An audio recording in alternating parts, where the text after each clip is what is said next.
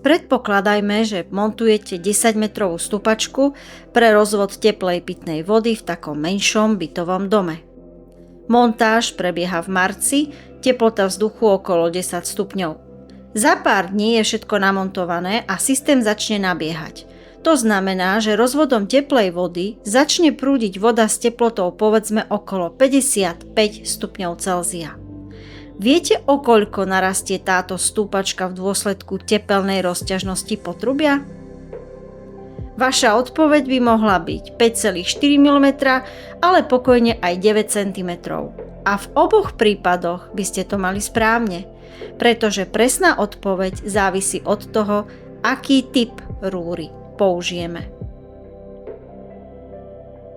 Zmena dĺžky potrubia závisí od troch parametrov: teplotný rozdiel, materiál rúrky a samotná dĺžka potrubia.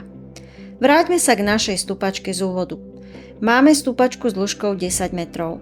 Teplota počas montáže bola 10 stupňov Celzia.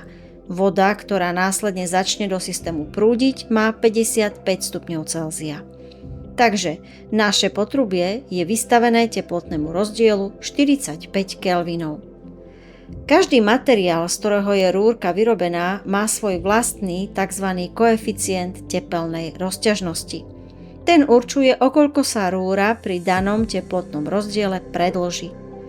Ak bude stupačka v našom bytovom dome z ocele, predĺži sa o 5,4 mm. Ak bude stupačka medená, narastie o 7,65 mm. Ak použijeme rúrku z polyetylenu, bude nárast 90 mm. Plazleníková rúra Hertz sa pri rovnakých podmienkach predĺží 9 krát menej, presne o 10,35 mm. Ako je to možné? Stoja za tým vrstvy, ktoré Hertz rúrku tvoria. Vďaka ním Hertz rúrka spája výhody plastového materiálu, čo sa týka ľahkej manipulácie, nenáročnej montáže, ale aj nárokov na jej uchytenie, s výhodami, ktoré prináša hliník. A práve hliník eliminuje predĺženie rúrky v dôsledku zmeny teplôt. Plast hliníková rúrka Hertz je zložená z týchto vrstiev. Jadro rúrky tvorí tzv.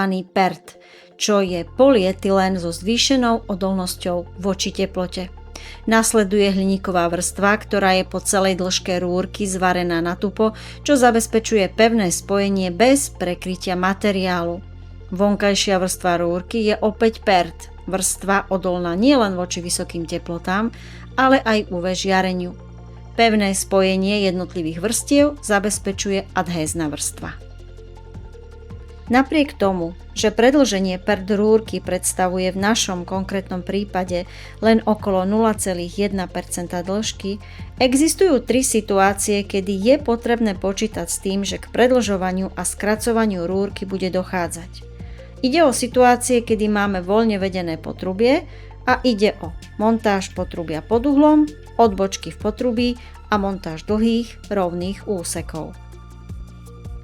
Ako riešiť dilatáciu pri montáži potrubia pod uhlom? Potrebujeme urobiť jeden pevný bod a 2 klzné uloženia a potrebujeme poznať zlaté pravidlo. Pevný bod je bod, v ktorom je potrubie pevne uchytené. Klzné uloženie je bod, v ktorom je potrubie uchytené voľne. A zlaté pravidlo hovorí, že aby sa mohla rúrka voľne pohybovať a aby sme predišli jej zlomeniu, je potrebné dodržať minimálnu dĺžku ohybu od 90 stupňového oblúka po nasledujúci klzný bod. Na obrázku je to rozmer označený ako LB. Presné hodnoty pre tento rozmer LB nájdete v diagrame pre plazleníkovú rúrku v technických podkladoch. Pre ilustráciu, v prípade rúrky s vonkajším priemerom 40, pri zmene dĺžky okolo 10 mm, je minimálna dĺžka ramena ohybu okolo 700 mm. Ako riešiť dilatáciu pri odbočke na potrubí? Táto situácia nastane, ak máme stupacie potrubie vedené cez niekoľko podlaží a na každom podlaží sú odbočky do príslušného podlažia. Opäť potrebujeme vyhotoviť jeden pevný bod, 2-krát klzné uloženie a nezabudnúť na zlaté pravidlo a správne vypočítať minimálnu dĺžku ohybu. Na obrázku je tento rozmer označený ako parameter LB. Ak máme stúpacie potrubie dostatočne vzdialené od steny, cez ktorú prechádza, vieme vyhotoviť priamu odbočku. Ak máme stúpacie potrubie blízko steny, cez ktorú prechádza, a nemáme dostatočnú dĺžku ohybu, poradíme si tak, že vyhotovíme lomenú odbočku. Ak montujeme dlhé rovné úseky potrubí, máme pri kompenzácii tepelnej rozťažnosti dve možnosti. U-kompenzátor s 3 pevnými bodmi, alebo môžeme vyhotoviť tzv. Z-kompenzátor s 2 pevnými bodmi a 1 klzným uložením. V oboch prípadoch je však potrebné dať pozor na dostatočnú dĺžku ohybu, čo je na oboch obrázkoch rozmer LB. Na záver ešte 2 prípady, kedy nie je potrebné riešiť dilatáciu potrubia. Príklad číslo 1. Malý teplotný rozdiel. Ak je teplotný rozdiel medzi teplotou zabudovania a teplotou média, ktoré prúdi potrubím, menší ako 10 kelvinov, bude tepelná rozťažnosť rúrky veľmi malá a vplyv zanedbateľný. Tento prípad nastane, ak montujeme zaizolované rozvody studenej pitnej vody. Povedzme, že montáž prebehne v marci, teplota zabudovania 10 stupňov Celzia.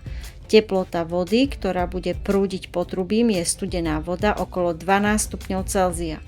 Teplotný rozdiel, ktorý vznikne, sú 2 kelviny a vtedy bude tepelná rozťažnosť rúrky veľmi malá. Dôležité je však dodať, že hovoríme o zaizolovaných rúrach.